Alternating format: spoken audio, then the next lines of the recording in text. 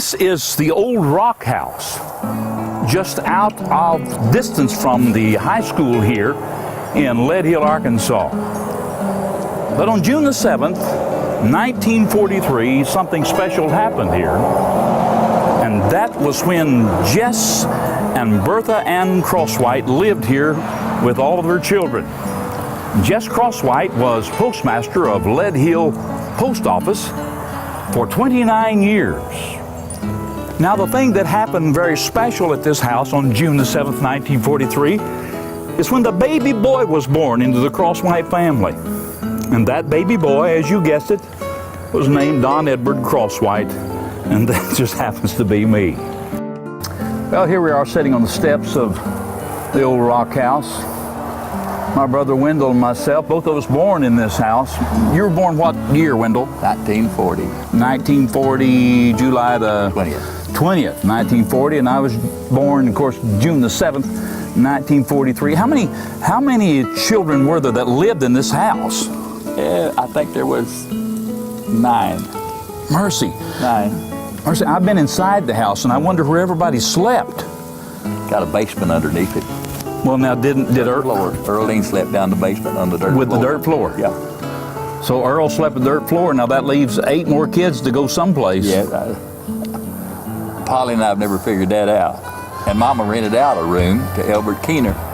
Now, Elbert Keener, that's the dentist that was in Harrison? He lived here with us for a while, and he rented one of the rooms, one of the bedrooms, so that left us. It was tight, must have been. I don't remember that much about it. It must have been tight. Yeah, yeah. How old do you think, Wendell, how old do you think this house is? Wow. Well, this was, we moved into it probably around 38, 39, something like that, and it had been here for a while then, so they don't tell how old it is. I imagine it goes back to the early 1900, maybe 1920, something like that, but it's been here a long time. And I'm looking at the face of it out here when I was filming, and the face of the house generally has not changed at all in all these years. Every rock is still the same, concrete's still the same, everything just exactly like it was. Yeah, yeah. It's been re-roofed, but other than that, everything is still the same. Right, right. Well, it's been here a long time. You know, it takes more than a building to make a home. Now, you can have a house, but just because you have a house doesn't mean you have a home. I really believe they love their children. Amen.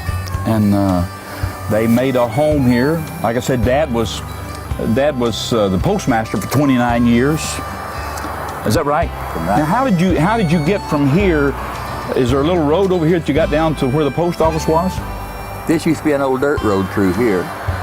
The old Christian church was over there, and Daddy would walk over there and cut it. There's a road that went down over there, down towards town, and he would circle around over yonder. There was some old dirt roads that went down through there, and he'd follow them down the post office. That's the old town of Lead Hill, and of course, the town has been moved up because the lake came in.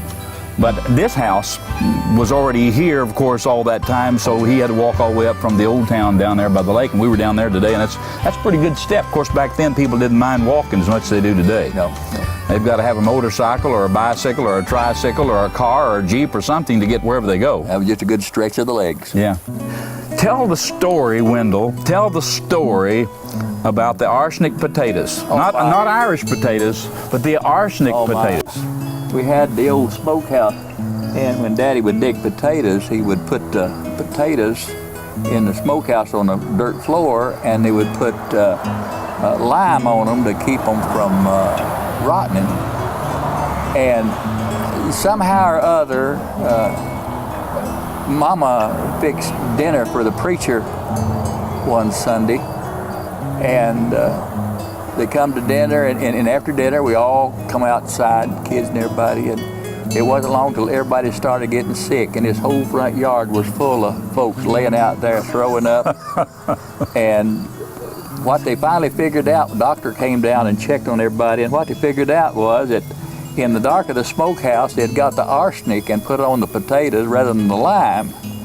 And Mama had, of course, when she fried them potatoes, that arsenic was there, but the doctor said the only thing that kept it from killing everybody was the fact that Mama floated everything in lard when she fried it, and that chicken and potatoes was floating in lard, and that lard or grease that coated our stomach and kept everybody from dying. Oh my. And that's the story of the arsenic potatoes and almost the demise of the whole Crosswhite family right here in the old rock house.